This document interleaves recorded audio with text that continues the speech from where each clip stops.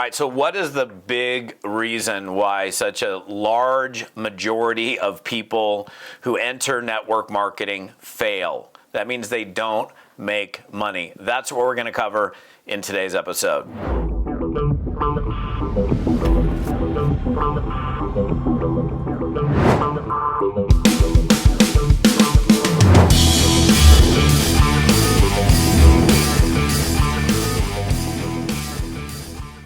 Hey, what's up, my fearless networking friend? Todd Falcone here. Welcome back. Today's episode, we're going to talk about why people fail in network marketing. Why is it that such a high percentage of people who come into network marketing don't make money? So that's really, I think it's a worthy discussion of having. It's not the first time that I've gotten on here and talked about this, but I would challenge you to challenge me. So if you think I'm way off base, if you think I'm completely wrong, I can stand a healthy argument. So I think I'm right, but I would love to hear back from you as well. So let's talk about first of all, what I believe is the single greatest reason why people fail in network marketing. I'm also going to go into some other thoughts on other reasons why people fail, but it's not it's not just the one reason, but I would say based on quite a long time of doing this and coaching people and working with people and being in the field and being on the training side, I think I have a pretty good grip as to why so many people don't win. Okay, so this episode is probably not going to be my shortest episode. I think it's just a really good conversation to have. So let's get into it. All right. So when we look at statistics that are thrown out by network marketing companies, like most network marketing companies have what's called an IDS, or an income disclosure statement. And that income disclosure statement lays out the percentages of people at specific ranks, what their average earnings are, what the low earning person is at that rank, and the highest earning person at that rank. And that's something that any legitimate network marketing company who's being in compliance, is going to have. None of those IDSs look good, ever. I wish that, I could wish this. It's probably never going to happen, but I wish that what it would do is take the statistics in a little different manner. In other words, the way those statistics are calculated is it takes into account every single person that's signed up as a distributor in that company, regardless of whether they actually even, did anything. Like, they could have just signed up as a distributor and then fell asleep and never came back ever again. But it takes that person into account, regardless of whether it takes that into account or not. Let's say it didn't. The numbers would look more favorable. Like if somebody were to look at that income disclosure statement, they go, wow, this is pretty interesting. This is cool. But the reality is that it's still not going to look that great. So that just kind of shows that, okay, there is a high percentage of people that don't succeed in network marketing. Now, let me also give you another viewpoint. Most people that get real estate licenses never sell a single house. Most people that get into financial planning or becoming a stockbroker, the failure rate there is incredibly high. Most sales jobs, in fact, there are pretty big numbers of people that don't make it. So it's not like we're the only profession in the world where there's a high failure rate. I think we can change the failure rate, but there's always going to be a failure rate, and there are different reasons. But the one reason, and I think this is, and I'll elaborate on it. I just want you guys, the reason I'm spending time on this is just a really important conversation to have, and just to be straightforward with you and not BS you. It's good for you to understand this stuff. So what's the one reason? Well, the one reason is that people just aren't doing the work, okay? Now, that may not feel good or sound good to you or hits you wrong or whatever, I don't know. But based on my experience, the people that don't win, the majority of people in this business that don't win, they just don't do the work, okay?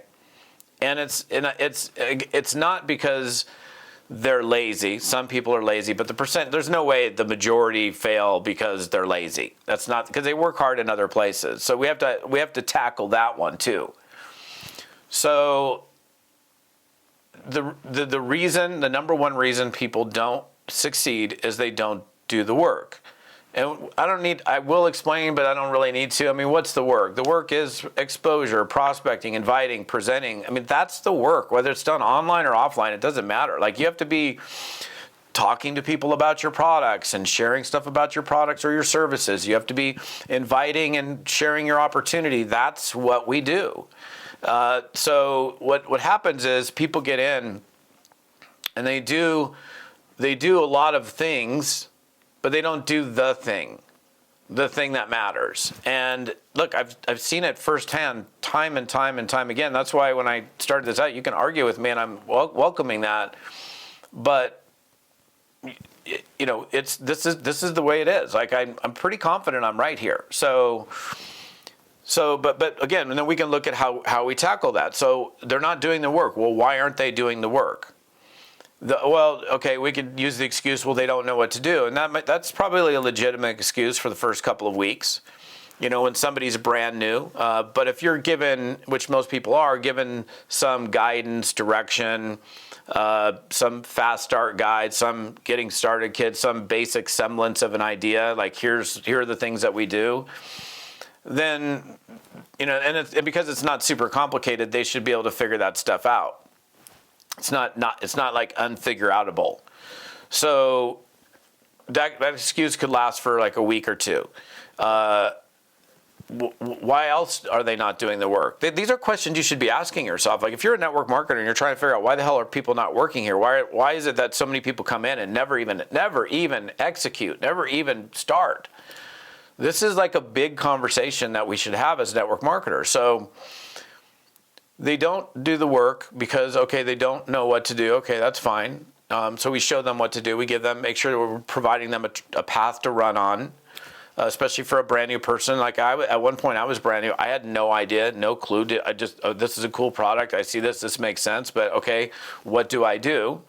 All right. Okay. So then I was given guidance. I was giving training. I was giving education, and you know, I embraced it. I learned it. I studied it. I practiced it. I applied it, and over time, I began to understand how to do it, how to be successful at it. So knowing what to do. Okay, that check. We can get rid of that one. In my mind, I think the biggest thing that stops people is their mindset. And that's an interesting conversation to have, because I think people want to complicate it more than it needs to be complicated. They overthink it, and it's like, wait a minute, it's got to be something else. It can't just be my mindset. Like, mindset is such a huge part of someone's ability to succeed, I think, in anything. Like, if you go into something thinking you're going to lose, that you're going to fail, you're going to fall on your flat on your face, I just don't know in any way how that could possibly serve you. So that's another thing. Okay, so I'm talking to you guys today about this, but I'm also as I'm thinking this out, I'm like, okay, so so I don't know what to do, so we got to make sure we're giving them a path to run on. Mindset. So how do we alter someone's mindset? Can we alter someone's mindset? And this is not something this is like the first time I've taught or trained on this. This is something I teach and train on all the time. In fact, mindset is probably part of almost any training that I do, because it's such a big element. And so, and if you haven't figured this out through your own experience, this again is like a totally worthy conversation to have. And I would love to make this as we can't, you know, where you're viewing this, it's not an interactive platform necessarily. I mean, live and interactive, but we can interact through your comments, through your feedback, which would be more than welcomed. Because if we look at it, I don't know well over probably 90% of the people that join network marketing fail. That's a high failure rate. Is it possible to change the failure rate? How many percentage points can we change it, or is it changeable at all? Or is it just those are the numbers? I don't really know if I know the answer to that question. But if we look at the reasons why people fail, and then we do our best to provide solutions as, alternatives, then, at least on an individual level with that particular individual that you're working with, then maybe we can do something about it. So little checklist as you're, depending on how you're viewing or where you're viewing this, maybe you want to make sure you're sitting at your desk and you got a journal out and you're writing notes as you're going through it. Because I told you, this is not going to be my shortest post ever. I think that, and by the way, this is pretty cool because this is like episode 300. It's episode 300, but I've done way more videos than 300. We just started numbering them a few years ago. So this one happens to be episode 300, which is kind of cool. So by the way, if you're on my YouTube channel, if you're on my podcast or somewhere else and you're not on my page, this episode and the conversation around this episode will be found at toddfalcone.com/episode 300. So that would be probably the best place for you to come and have a conversation with me about this. So it's just something that we should try to figure out. Like there's a lot of things that we should try to figure out in network marketing, but we'll save all those other things for another episode, because then this will end up being like a multi-hour episode, and I'm definitely not doing that today. So if we look at it, right? So the reason why most people fail in network marketing is because they don't do the work, okay? And again, I'm referring to the right work.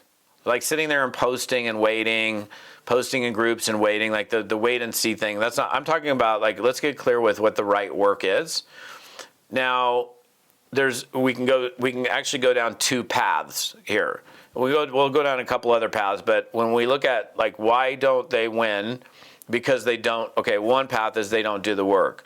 So they either don't know what to do or they're not confident in doing it. And if they're not confident in doing it, what that means is, they don't feel like they're good at it. So one of the big reasons people put stuff off or procrastinate, there's actually two main reasons, and I've trained on this a ton, is one, they have low self-confidence relative to the task at hand. They don't feel that they're confident at it, so they're just going to avoid it, or they don't enjoy what they're doing. So humans don't typically jump into things that we don't really dig. Like if we dig it, then we'll do it. If we don't really like it, then we're just going to avoid it. So that's like, it's pretty common sense. So again, this primary reason is they don't do the work. We got to find out, why are they not doing the work? They're not doing the work because they either don't know what to do. So, if you got a brand new person and they're not doing the work, like work with them to help them understand and make sure that they do understand, this is what this is how we do it. These are the processes. These are the tools and resources that we use. Like help them understand how to do it. Even if you have to handhold that new person for a short period of time for them to comprehend it. I'm not the smartest guy, the sharpest tool in the shed or whatever, but sometimes, and I'm not the dumbest dude, I know that, but sometimes it takes me a couple times to get it. It takes me a few times for it to sink in. So it's worth, on an individual level, helping a new person, slowing down a little bit in order to speed up, okay? Because if you're too much in a rush, you wouldn't even have, like if you were in a rush and I was a new guy, like you would have, like if you would have just blown past me and not slowed down enough for me to understand it, you have no idea what I could have turned into. Like we have no ability to predict the future as far as what someone who we brought on board is capable of doing. So that's something to consider. That's something to think about.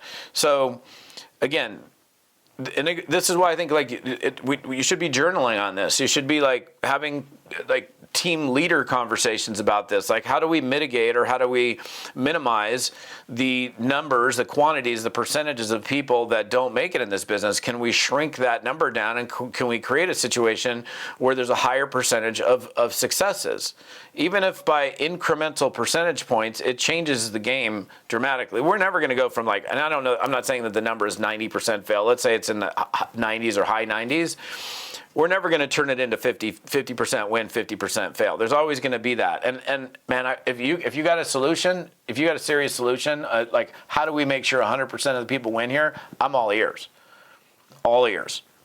but they don't do the work because A, they don't know what to do, or B, they're not comfortable with it. Their mindset is in like I'm a doubting mentality. I don't really have a firm foundation of belief in network marketing. I definitely don't have a firm foundation of belief in myself and my ability to do this. I don't know if I can. So if I don't know if I can, well, I'm going to probably avoid it, or whatever the million thoughts that might go on there. So mindset is another way of a simple way of putting it is somebody has a degree of posture or conviction about themselves. Like when you're convicted about something, when you have a deep-seated belief in something, you become like this unstoppable force. Like when you know, and there's nothing that can teeter you or take you off base or rock your world, because you know. And if we can get more people into that, then that's a powerful thing too. Like, I'll give you like a quick example. When I started in network marketing, I didn't know. I mean, I saw, I heard, people are making money here. It looks like they're doing better than I am. They got nicer cars, nicer stuff. Like the size of checks that I'm hearing about are pretty good. But, I didn't know until I started to apply myself. And then what was interesting, the first time I got a check that was, a 5-figure check, it was like 13 grand and change. I don't remember the exact amount, but I remember that day like, oh, wow, this is my check. I earned this check. It was in a physical check format. Now, granted, I probably spent the whole thing in the next couple of weeks paying back all my debt and my bills that I'd racked up from the, period of time of me trying to figure this thing out. But it was like there was proof, there was evidence right there in front of me. And so my conviction, even though I had a degree of conviction, it was like a snap of a finger. It completely changed. So what does that kind of tell you? What clue might that give you? That clue might be, wow, if we can help somebody create their own proof in a short period of time, like for me it wasn't a short period of time, but if we can help somebody go, bang, here's a check, and they cash it, and it cashes. And then they get another one, and it cashes, and they're like, wait a minute, like I just got paid this much. Wow, it's real. This works. Like that's, for some people, they need that. Not everybody needs that, but that is definitely something that would very likely keep somebody in the business for a long period of time. So, yeah, okay, that's another thought, is like, there's a time period that people have when they get going, and we don't know what that time period is. We don't know if their attention span is like 2 seconds, 2 weeks, 2 months, 2 years. So the speed at which we help people achieve success is also important, because it's going to increase the odds that this individual that we brought on board is likely to, number one, stick around, because it's like, again, if we can get them a check quickly, like if you can, like one thought that you should have is like, okay, I got this new person in the business. My objective, I don't know if you pay daily, you pay weekly, whatever. If you pay weekly, I want to help that person get a check that very first week. Let's show them, let's get them some proof. So what it also does, or does require, is you as the enrolling sponsor to be a person that makes this decision that I'm going to take each person that I bring onto the team individually, the people that I personally enroll, and I'm going to do everything within my power to really like launch this person, and not just sign them up and then go, sign them up and then go, sign them up and then go. So the individual responsibility that we have as independent enrollers, the person that personally enrolled that individual, is high. And so the numbers of reducing the numbers of failures and increasing the numbers of successes is something that has to happen at the individual level, like with you, with each new person that you enroll. Especially, again, let's just look at it like every person that you're bringing into network marketing has never done network marketing before. This is like their first rodeo. I never heard of network marketing. Okay, this thing's really cool. This product makes sense. I get it. All right, okay, I want to do this. Like they're new. This is like it's a clean slate. It's fresh for them. They've never done it before, and now here they're in it. And your responsibility is to provide them this guidance, help, assistance, direction, mentoring. Even if you started yesterday, 24 hours more of something than the person that you just brought in knows. And by the way, just like on a side note, as a teacher, this is absolutely proven to be factual. If you may go, well, I'm not really good at this, so I'm not going to teach it. But like, let's take prospecting, for example. You know a little bit about prospecting, and you're like, I can't really teach prospecting. But if you teach what it is that you do know, then that has a massively higher impact on the retention of your own skill. It actually is the highest level of the retention of a skill by teaching what it is you do know. So a lot of times people are like, well, I'm not really that good at it, so they don't teach it. But there's somebody who doesn't know anything, and if you were to teach the thing that it is that you already do know, it's going to help solidify. Not only is it going to help them because you're paying it forward, but it's going to solidify what it is that you already know. It's going to strengthen you while you're actually helping this other person. So a little side note there. So the paths, right? And as I began talking about this today, I'm not going to go into the myriad of other reasons. This is the big reason. And in fact, and I've trained on this a bunch of times. If you've missed previous trainings, this is a great little piece of ammo for you. When somebody comes to you and they're like, hey, this isn't working for me, like somebody on your team, and they're like, hey, it's just, let's say they've been around for whatever, 6 months, a year, whatever, 2 years, man, this isn't working for me, I'm quitting. The best thing that you can do with that person is say, hey, man, I get it, I hear you. Let me ask you this question. Like, how many people have you shared this business with in the last 90 days? Or how many people have you shared this product and this business with in the last 90 days? Like, just get a little snapshot. And what you're going to find is most of those people are going to come back and they're going to be like, well, not enough. And if they come up with a number, that number I can promise you, and then we'll go down the other path. It's going to be it's going to be so small that it's like, of course you're not succeeding because you're really not doing anything. So and I've said this umpteen times, they're mad at the lack of the results from the work that they've never done, which is fascinating to me. But that's good ammo for you. So when somebody comes to you, which they will, on your team, saying, I'm quitting, I'm going to another company, or I'm leaving the profession, when you just get real with them and say, hey, well, what have you done lately? And you're able to get the real truthful answer, you are going to find out that pretty much 100% of the time, they're just not doing the work.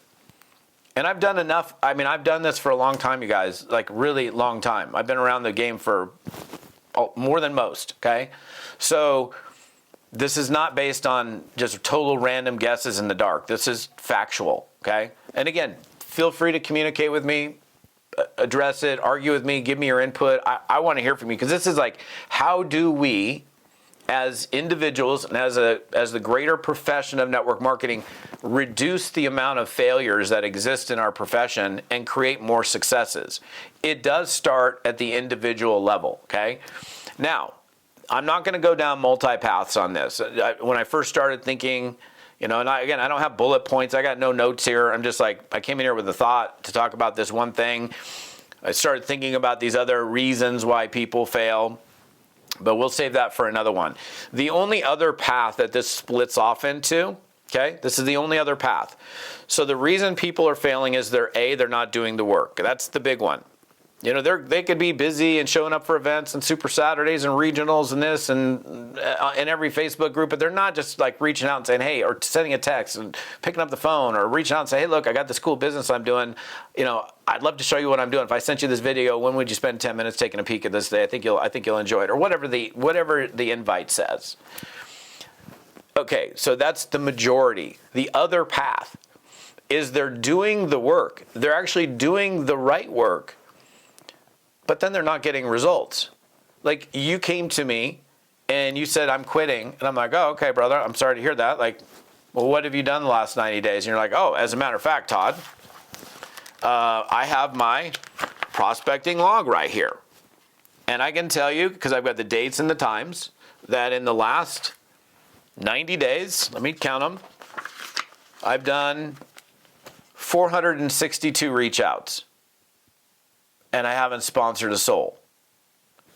That's a problem. That's a different problem. So now what we've got to do, and again, this starts with you as well. It's not an industry problem. It starts with you, the person enrolling, the individual. I'm not saying it's your fault. but we have to take responsibility for the people that we bring into the business. Okay, so now you got this person that's in the business that's doing like all, you can see all the reach outs, but they're not getting results. Then why aren't they getting the results? What's happening in and through the process that is causing them to like, how, I mean, honestly, like in my mind, it's like, how could you do, whatever I said, 462 reach outs in the last 90 days and not sell some product or not enroll at least one person? I mean, those are pretty good. That's a pretty good sample size to be able to justify, like there should be results there. So if there's not results, then you have to look at why is there not results? If it was me and I had this individual that came back to me and said, look, this is the numbers, man. I didn't make this up. Here's the log. Here's all the people that I've reached out to. I'd be like, okay, well, here, let's do this. You want me to help you? I mean, I'd love to help you. Let's see if we can get this thing changed, because you're doing the work, but you're not getting the results. So, all right, and then I'm not going to cover all of it here, but like, okay, well, what are you saying to them? Are you following up with them? Are you following up with them in a timely manner? Where are you sending, what website are you sending them to? Are you even getting to the point where you're getting a presentation to them? Are you doing this on text? Are you doing it on the phone? Are you doing this? Are you talking to these people? How are you doing? A combination of these things? Like, start digging and figure this stuff out. Because there's a reason. How can you do that many reach outs and like not recruit a single person? Like, even if you're like, terrible, like not even close to good, like the opposite of good. I mean, somebody's going to look at this deal and go, oh man, this totally makes sense. You're an idiot, but yeah, I'm signing up, So we can identify those things as well. It's more, there's more layers to it than, okay, I'm not doing the work. Clearly, shouldn't get the result. Of course you're going to fail because you're not doing the result. Oh, you're doing the work and you're doing the right work, but maybe you're not doing the right work in the right way. That's typically where I find the issue. So what I would do with this person is, let's say they were doing it on the phone. They were talking to a bunch of people on the phone. I'm like, hey, if you want me to help you figure this out, I'll help you figure it out. What I want you to do is I want you to record the next 20 or 30 conversations you have. Obviously, you have no problem, picking up the phone and having conversations, if that's what's going on. And I want to then listen back to what this guy is saying, because I can pick up on things that he's doing, the way he's doing it, what he's saying, what he's forgetting to say.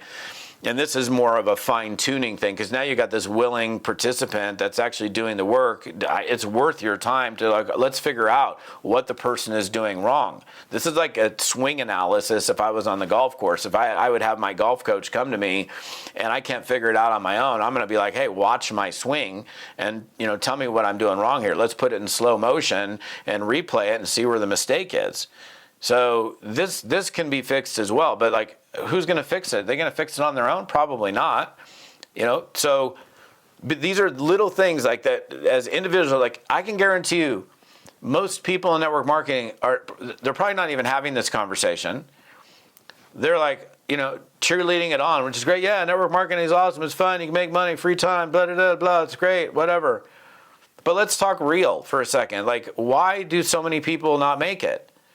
Well, a bunch of them don't do the work. So let's figure out why they're not doing the work, okay? Number two is they're doing the work, but then they're doing it in not a good way. So it's not obtaining the result. So where are the leaks in their boat? Where's the problem? Are they annoying? Are they irritating? Are they weird? Are they offensive?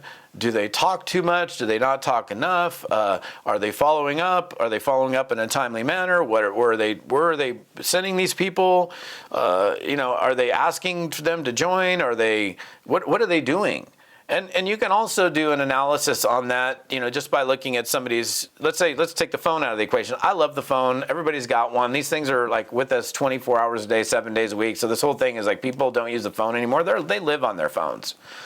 So we can just sit here and just say that's the way it is. People just don't get results, or we can individually do something about it, right? There's two paths that I've talked to you about today. One, they're not doing the work, and two, they're doing the work, but they're just not doing it the right way. There's something amiss. So instead of just throwing our hands up in the air and saying that's just the way it is, let's see if we can start with, as individuals, doing something about it. It's one of the reasons, like, when people hire me to coach them, like the primary thing that I do when coaching people is I coach them a lot on improving their prospecting skills. Now, I coach in a lot of different areas, but I have people where I'll listen to their calls, I'll look at their conversations, I will analyze the back and forth, and I can quickly, and so can you if you've got any skills at this, quickly pick up on why this individual isn't getting results. So instead of just going, okay, whatever, this is just the way it is, the high percentages of people that fail,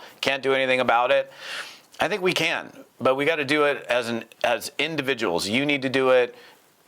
I need to do it. Whoever's working with the person needs to do it. And again, I want to have a conversation with you about this. I know there's other reasons why people don't win in network marketing, but number one, they don't do the work. And number two, they're doing the work. They're just not doing the right work in the right way. So anyhow, I appreciate you guys for being here. If you're on my YouTube channel, what's up, YouTubers? If you're on my podcast, I appreciate you guys as well. The conversation is taking place right here for this episode at toddfalcone.com/episode 300. Again, that's TODDFALCONE.com, toddfalcone.com/episode 300. We'll see you on the next video. I appreciate you guys for plugging in.